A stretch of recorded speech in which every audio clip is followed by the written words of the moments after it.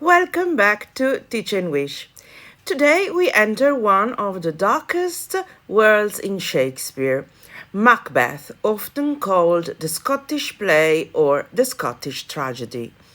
Imagine the stage completely dark, thunder, lightning, fog, and then three strange figures appear and speak one of the most famous lines in English literature.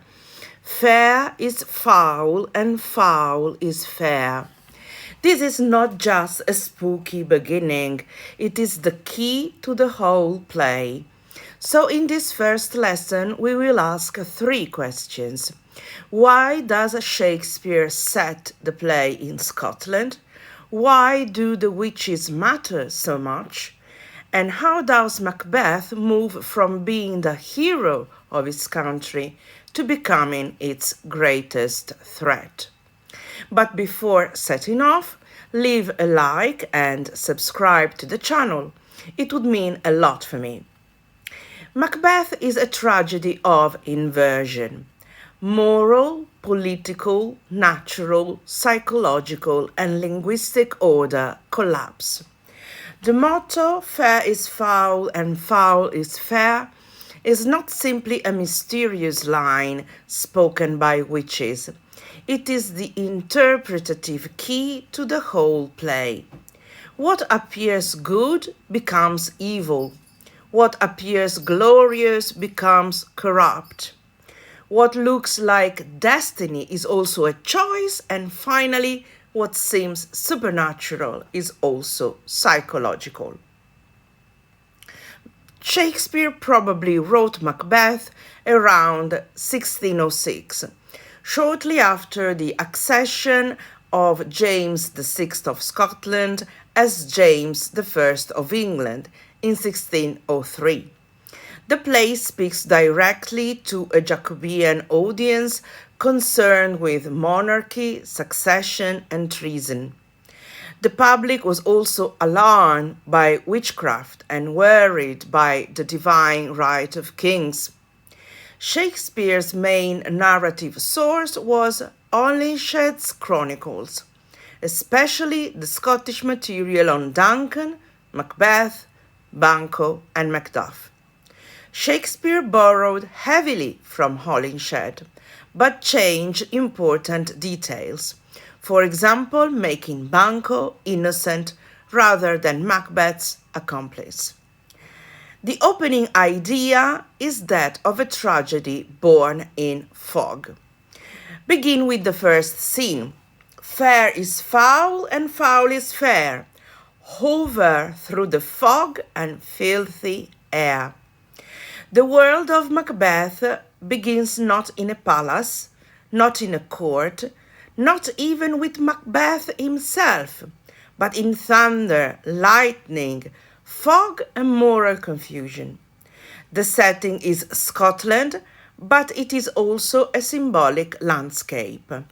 The heath, the battlefield, then the castle at night, bloodshed, and finally sleeplessness. This is not the realistic Scotland of historical geography. It is a mental and political Scotland, a nation whose moral weather is disturbed. Macbeth is a play about a kingdom losing its center. Duncan's Scotland is imperfect, but ordered.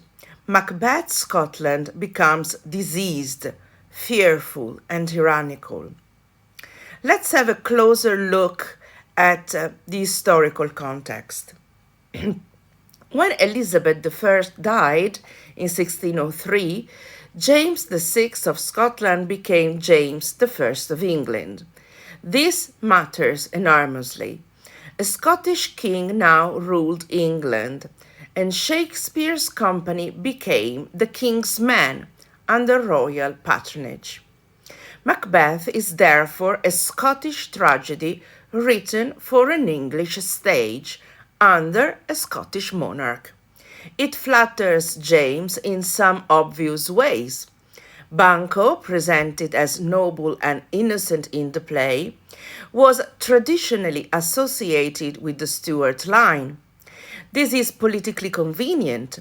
In Holinshed, Banquo is involved in Duncan's murder. Shakespeare clings his morality, and probably because Banquo was believed to be an ancestor of the current King James. The play also speaks to the anxieties after the Gunpowder Plot of 1605, when Catholic conspirators attempted to blow up Parliament and kill King James. Although Macbeth never directly mentions the plot, its obsession with regicide, hidden treason, equivocation, and false appearances would have been highly charged for a Jacobean audience. And then, witchcraft. James I had a deep interest in witchcraft. Before becoming King of England, he had already written Demonologie, published in 1597, a treatise defending belief in witches and demonic forces. Modern accounts regularly connect James's witchcraft interests with Shakespeare's treatment of the Weird Sisters. This context helps us avoid a modern mistake. The witches were not merely fantasy figures for Shakespeare's audience. They belonged to a serious cultural fear. Witchcraft was associated with disorder, rebellion, storms, disease, sexual confusion, and treason. The witches are not simply there to create a gothic atmosphere, frighten the audience, or make the play look mysterious. They have structural, political, and psychological function. They are dramatic engine of the play. And now let's have a look at the plot structure, from heroic warrior to tyrant. The plot is a moral descent in 5 movements. The first one is temptation. Macbeth begins as a celebrated warrior. He has defended Scotland. Duncan rewards him with the title of Thane of Coda, but the witches greet him with 3 titles: Thane of Glamis, Thane of Coda, and future king. The first prophecy, to become Thane of Coda, comes true almost immediately, and this gives credibility to the other. The key point is the witches do not say, "Kill Duncan." They plant an idea. Macbeth supplies the murder. The second step, the regicide. Macbeth kills Duncan while Duncan is a guest in his castle. This is not only murder, it is a violation of hospitality, kinship, loyalty, and divine order. The murder is so terrible that nature itself seems to react. Darkness, strange noises, disturbed animals, and sleeplessness. The third step is paranoia. Once Macbeth becomes king, he cannot rest. He has gained the crown, but lost security. Banquo's descendants are prophesied to become kings, so Banquo must die. Macbeth's violence multiplies because one murder creates the need for another. And then the fourth step, tyranny. Macbeth returns to the witches. He receives deceptive prophecies. Beware of Macduff. No man born of a woman shall harm him. He is safe until Birnam Wood comes to Dunsinane. He hears what he wants to hear. This is crucial. Prophecy becomes self-deception. And finally, the collapse. Lady Macbeth breaks psychologically. Macbeth becomes numb, brutal, and empty. Malcolm and Macduff restore political order. Macbeth dies, and the crown returns to the legitimate hands. And now let's introduce characters through their political function. Duncan represents legitimate kinship, but also naive trust. He cannot read the faces. Macbeth begins as Scotland defender and becomes its disease.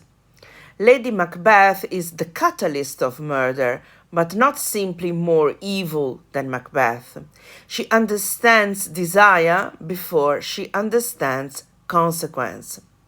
Banquo is Macbeth's double. He hears the same prophecy, but does not act on it criminally. Macduff is the instrument of justice and the emotional counterweight to Macbeth.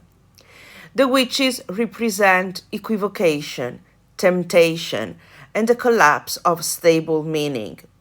And finally, an anecdote. Why the Scottish play? Actors often avoid saying the title Macbeth inside the theatre, calling it the Scottish play instead. The play is surrounded by theatrical superstition.